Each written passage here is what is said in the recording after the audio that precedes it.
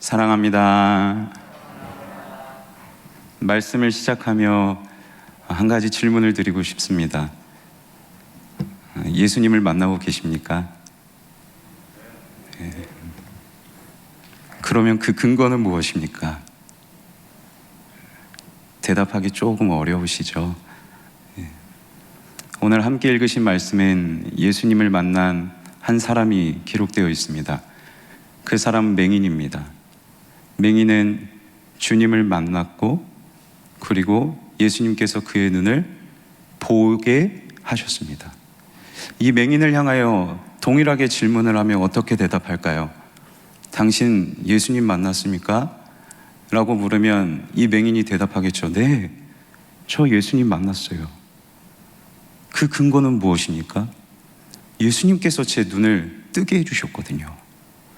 저는 못 보던 사람이었는데 예수님께서 저를 보게 해주셨거든요. 라고 대답하겠죠. 생각해 보십시오. 이 맹인이 아무리 내가 예수님을 만났다고 주장한들 저는 믿지 못할 것 같습니다. 왜냐하면 보지 못하기 때문에. 무엇을 볼 수 있다고 당신이 당신이 예수님을 만났다고 주장할 수 있겠습니까? 저는 믿지 못할 것 같아요.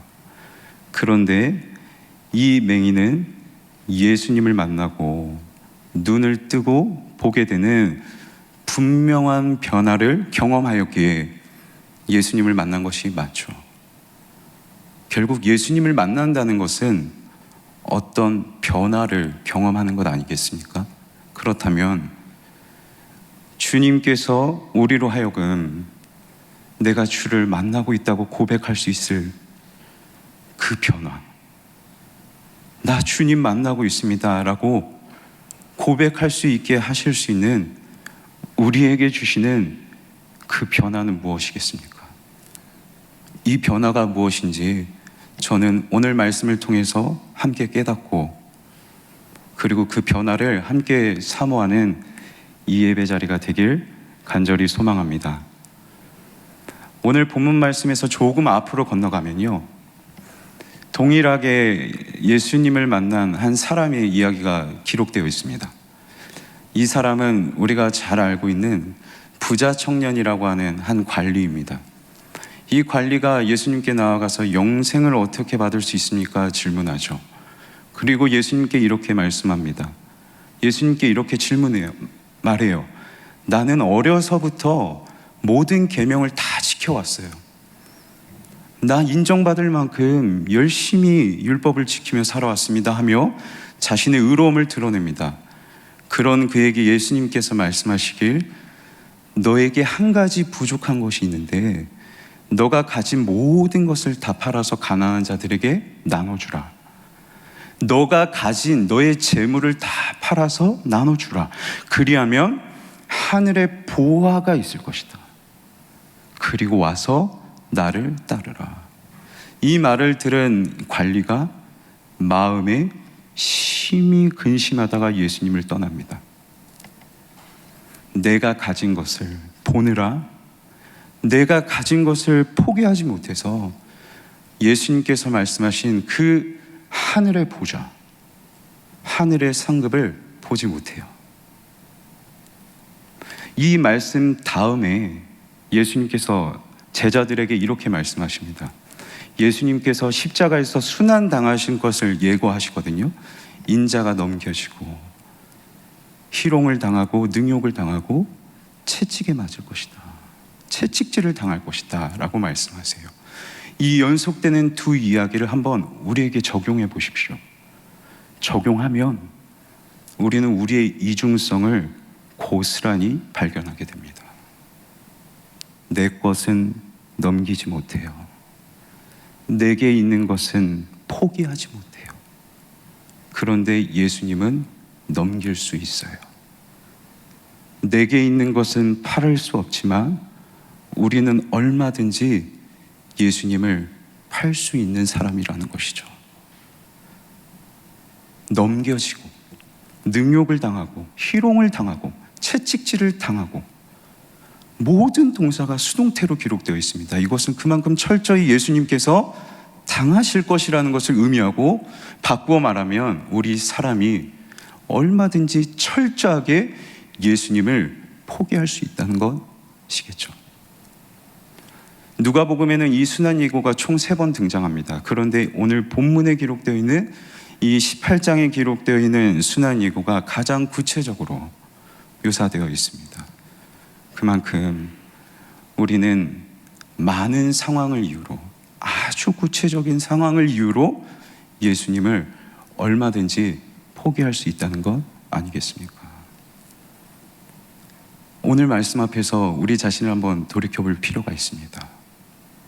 우리의 우선순위는 어디에 있는지, 우리는 과연 우리의 중심을 하나님께 두고 하나님을 향한 나의 중심을 포기하고 있지는 않은지 우리 자신을 깊이 있게 돌이켜보실 필요가 있습니다.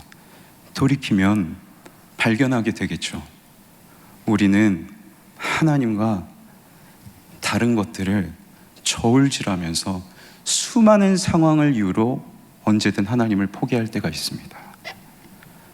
재물 때문에 예수 그리스도를 포기한 부자 청년 이 관리처럼 우리는 삶의 편의를 이유로, 때로는 쾌락을 이유로 내 신앙의 문제는 뒤로 젖혀둬요.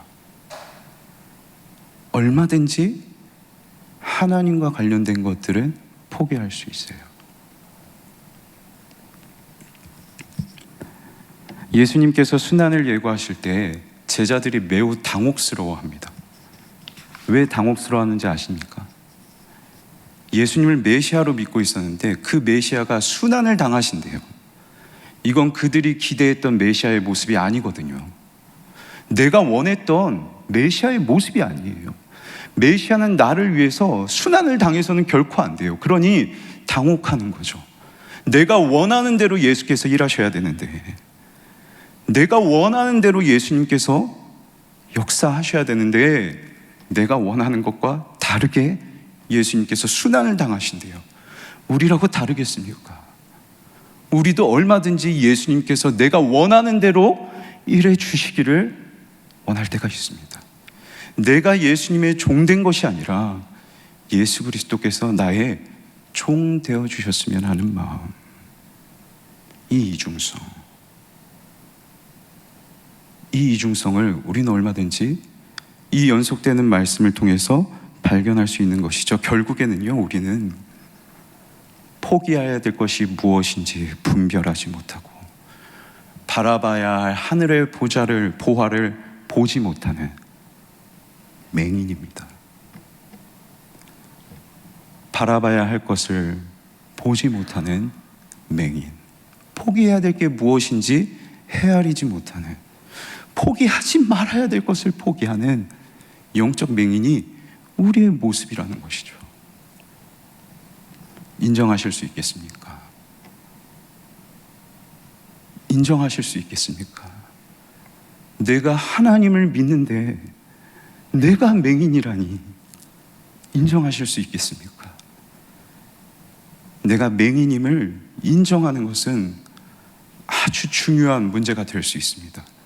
그 이유가 무엇인지 말씀을 통해 확인하시죠. 예수께서 이르시되 내가 심판하러 이 세상에 왔으니, 실로암에서 흙을 진흙으로 만드시고 침을 뱉어 진흙으로 만드시고 흙을 눈에 바르신 다음에 실로암에 가서 씻으라 하시는 그 이적의 사건의 말씀입니다. 이렇게 말씀하세요. 보지 못하는 자들은 보게 하고 보는 자들은 맹인이 되게 하려 함이라 하시니, 바리새인 중에 예수와 함께 있던 자들이 이 말씀을 듣고 이르되 우리도 그런 맹인인가? 우리는 맹인이 아닌데 우리가 맹인인가? 내가 맹인이라는 것을 인정하지 못해요. 나의 영적 분별력이 완전히 침체되어 있다는 것을 인정하지 못합니다. 그러자 예수님께서 이렇게 말씀하시죠. 너희가 맹인이 되었더라면 죄가 없으려니와, 너희가 맹인이라는 것을 인정하고 회개하면 내가 너희의 그 분별력 없음을 치유할 것인데, 용서하고 내가 변화시킬 것인데 너희가 인정하지 못하니, 나는 괜찮다니 너희 죄가 그대로 있느니라 말씀하십니다. 기억하십시오. 하나님 앞에서 내가 맹인임을, 영적 맹인임을 인정하는 것은 나를 향하신 하나님의 구원의 출발이 될 수 있습니다. 내 죄, 나의 연약함, 바라봐야 될 것을 바라보지 못한 채 얼마든지 하나님을 포기할 수 있는 나의 믿음의 연약함을 인정하는 것이 이런 나를 치유해 주시는 하나님의 구원의 시작임을 기억하실 필요가 있습니다. 저는 시력이 매우 좋지 않습니다. 지금은 렌즈를 착용하고 있고 집에 가면 이제 안경을 쓰고 있는데요, 눈이 요만해집니다. 안경을 쓰고 렌즈를 착용하면 앞이 잘 보여요. 그렇다고 해서 제 시력이 좋은 건 아니겠죠. 보이지만 제 시력은 나빠요. 그런데 내 시력이 좋다고 생각하면 그것은 제가 안경에 속은 것이겠죠. 마찬가지입니다. 안경과 같은 나의 겉의 행실에 속지 마십시오. 나의 직분이 무엇이든, 신앙의 연수가 무엇이든 나의 겉의 모습들에 속으시면 안 됩니다. 나는 어려서부터 계명을 다 지켰습니다 라고 말했던 그 관리도 마음이 심히 괴로워서 예수님을 떠났습니다. 우리의 겉의 행위가 어떠하든 얼마든지 우리의 마음은 다 포기하고 예수님을 따르는 것을 심히 괴로워할 수 있음을 우리는 인정할 수 있어야 합니다. 예수님께서 여리고에 가까워지세요. 사람들이 예수님이 가까이 오셨다니까 막 소란스럽게 뛰어갑니다. 맹인은 어떻게 할 수 없어요. 앞이 보이지 않으니 달려갈 수도 없어요. 구도를 상상해 보면 예수님은 저기 오시고 수많은 사람들이 몰려갑니다. 그런데 여기 맹인은 혼자 남겨져 있어요. 앞이 보이지 않으니 주님께 가까이 갈 수 없는 것이죠. 사람들에게 물어봅니다. 이게 무슨 일이냐? 나사렛 예수가 오셨어. 이 말을 들은 맹인이 큰 소리로 외치죠. 다윗의 자손 예수여, 나를 불쌍히 여기소서. 사람들이 시끄럽다고 조용히 하라고 꾸짖습니다. 그를 억압합니다. 그러자 더 큰 소리로 외칩니다. 다윗의 자손 예수여, 나를 불쌍히 여기소서. 그때 주님이 말씀하시죠. 데려오라. 사람들이 예수님의 명령을 따라서 맹인들을 데려옵니다. 이제 구도가 바뀌어요. 보이지 않아서 주님께 가까이 가지 못했던 이 맹인이 주님 가까이 와 있습니다. 예수님께서는 맹인을 외면하지 않으세요. 분별하지 못하는 우리를 외면하지 않으십니다. 우리를 주님 가까이로 초대하십니다. 초대하시고 어떤 억압도, 어떤 방해하는 시끄러운 소리도 사라지고 마음껏 대화할 수 있도록, 마음껏 주님께 의뢰할 수 있도록, 아뢰할 수 있도록 우리를 주님의 가까이에 초대하시죠. 이게 기도 아니겠습니까? 우리를 가까이에 초대하셔서 마음껏 주님 앞에 아뢰할 수 있도록 하신 것, 기도. 그런데 이 기도의 자리에 주님께서 이렇게 말씀하세요. 내가 너에게 무엇하여 주길 원하니? 내가 너에게 무엇하여 주길 원하니? 당연한 질문 아닙니까? 맹인이 무엇을 원하겠어요? 당연히 눈을 뜨는 것이겠죠. 예수님께서 잘못 질문하신 것일까요? 그런데 여기에는 다른 의미가 있습니다. 고대 이스라엘, 이 중동에서는요, 장애를 가진 사람들이 적선을 받는 것, 도움을 받는 것을 당연한 의무, 그 이상의 권리로 여겨졌습니다. 심지어 이렇게까지도 말할 수 있는 것이죠.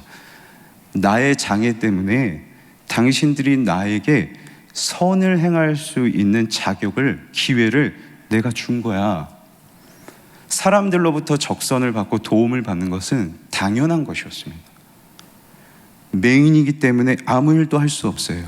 구걸밖에 할 수 없어요. 삶을 살아갈 수 있는 능력이 없습니다. 그래서 구걸을 하지만 당당할 수 있는 거죠. 그래서 대개 맹인들의 경우에는 눈을 뜨는 것을 원하지 않아요. 나의 이 장애를 계속 가지고 살아가길 원하는 장애를 가진 사람들도 있다는 거죠. 충분히 먹고 살 수 있으니까요. 그런 그에게 이런 상황에서 예수님께서 내가 너에게 무엇하여 주길 원하니? 라고 말씀하시는 것은 단순하지가 않습니다. 앞으로 너가 혼자 살아가야 될 텐데, 눈을 뜨면 이제 혼자 살아가야 되거든요. 혼자의 힘으로 자기의 의지를 가지고 살아가야 되거든요. 눈을 뜬다는 것은 이제 내가 변화되어 새 삶을 살아가겠습니다 라는 결단이 필요한 것이에요.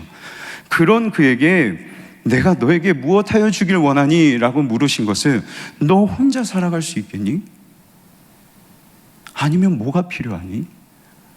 혹시 재물이 필요하니? 돕는 사람이 필요한 거니? 무엇이 필요한 거니? 수많은 여러 가지 의미로 해석될 수 있는 것이죠. 그런데 맹인이 그 질문을 듣고 예수님께 이렇게 대답합니다. 주님, 제가 보기를 원합니다. 맹인이 예수님의 이 질문을 듣고 결단하여 주님 앞에 고백해요. 내가 보기를 원합니다. 내가 이제 변화되어 새 사람 되어 살아가길 원합니다 라고 고백하고 있는 것인데, 그렇다면 이 맹인이 바라는, 구하는 변화는 무엇일까요? 말씀을 통해 확인하시죠. 내게 무엇을 하여 주길 원하느냐? 이르되 주여 보기를 원하나이다. 이 시기에 이스라엘을 비롯해서 그레코 로만 지역에서는요, 장애가 있는, 특히 질병을 고쳐주는 것을 최고의 권력으로 생각했습니다. 그래서 마술사들도 많았고요, 병을 고칠 수 있다고 주장하는 종파들이 많았습니다. 심지어 로마의 황제도 내가 안진뱅이를 일으켜 세웠다고 말하며 자신의 권력을 확보하려고 주장하기도 했다고 합니다. 그런데 이렇게 병을 고칠 수 있다고 주장하는 사람들이 많은데 단 한 가지, 이것만큼은 절대 고칠 수 없다. 이거는 사람이 고칠 수 있는 게 아니라 신만이 하실 수 있다. 그 질병이 바로 맹인입니다. 맹인을 고치는 것은 신만이 하실 수 있다. 그런데 이 맹인이 지금 예수님께 내가 보길 원합니다 라고 고백하고 있는 것이죠. 이것은요, 예수님 당신이 신이십니다. 지금 사람으로 와 계신 예수 그리스도께서 하나님이십니다. 온 우주 만물을 다스리시는, 우주 만물을 창조하시고 우주 만물을 다스리시는 그 위대하신 예수님, 그 하나님이 바로 당신 예수님이십니다. 그리고 그 예수님을 향하여 이렇게 고백하죠. 주여. 지금 이 맹인이 이렇게 고백하는 것이에요. 그 위대하시고 우주 만물을 다스리시는 하나님이신 예수님 당신이 나의 삶을 다스리시는 나의 주인 되십니다. 그러니 다른 거 필요 없습니다. 저에게 재물이 필요한 것도 아니에요. 돕는 사람이 필요한 것도 아니에요. 저는 제가 원하는 것은요, 보길 원합니다. 내가 이제 주를 보길 원합니다. 다른 것이 필요한 게 아니라 나의 삶을 다스리시는 위대하신 그 하나님이신 예수님을 나의 주로, 나의 주인으로 내가 주님을 보길 원합니다. 이것이 맹인이 간구하고 있는 변화인 것이죠. 저는 서두에 이렇게 질문드렸습니다. 예수님을 만난다는 것은 변화를 경험하는 것이다. 이 맹인은 예수님을 만났고요, 눈을 뜨게 되었는데 이 눈을 뜬 것은 예수님이 나의 삶의 주인 되십니다. 다른 것이 필요한 게 아니라, 그래서 내가 하나님을 포기할 수 있는 것이 아니라 주님이 나의 주님 되십니다. 마찬가지로 맹인과 다름없는 우리가 주님을 만난다면 우리에게도 이렇게 변화의 고백이 있겠죠. 삶의 편의 때문에, 쾌락 때문에 얼마든지 하나님을 포기할 수 있었던 이중적인 내가 이제는 다른 것이 아니라 내 삶을 다스리시는 이는 하나님이신 예수님이시기에 나는 그 예수님을 포기할 수 없습니다.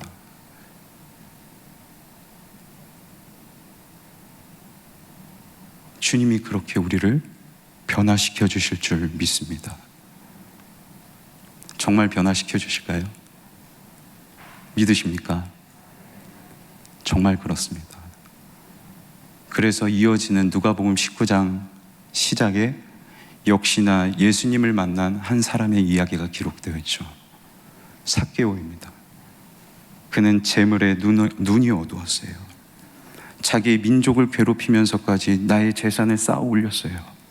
재물 때문에 하나님을 떠나 살아왔던 그였습니다. 사람들이 그를 외면했어요. 따돌렸어요. 억압당했어요. 그런 그에게 예수님께서 찾아오시죠. 예수님을 만나자 그에게 변화가 옵니다. 말씀을 통해 확인하실까요?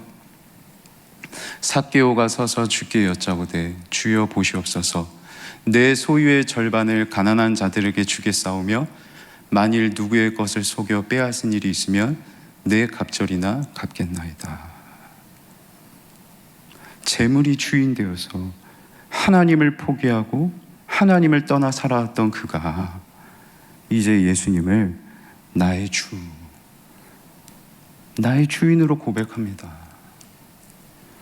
주님이 나의 주인 되심을 아니까요, 이제 포기해야 될 것과 포기하지 말아야 될 게 눈에 선명하게 보이는 거예요.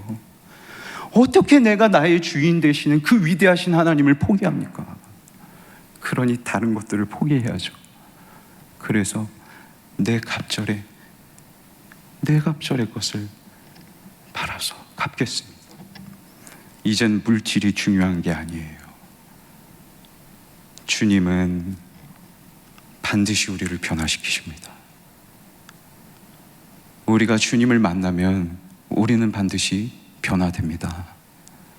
주님께서 예고하신 것처럼 능욕당하고 희롱당하고 채찍질에 맞고 십자가에 죽어나 3일 만에 다시 살아나리라.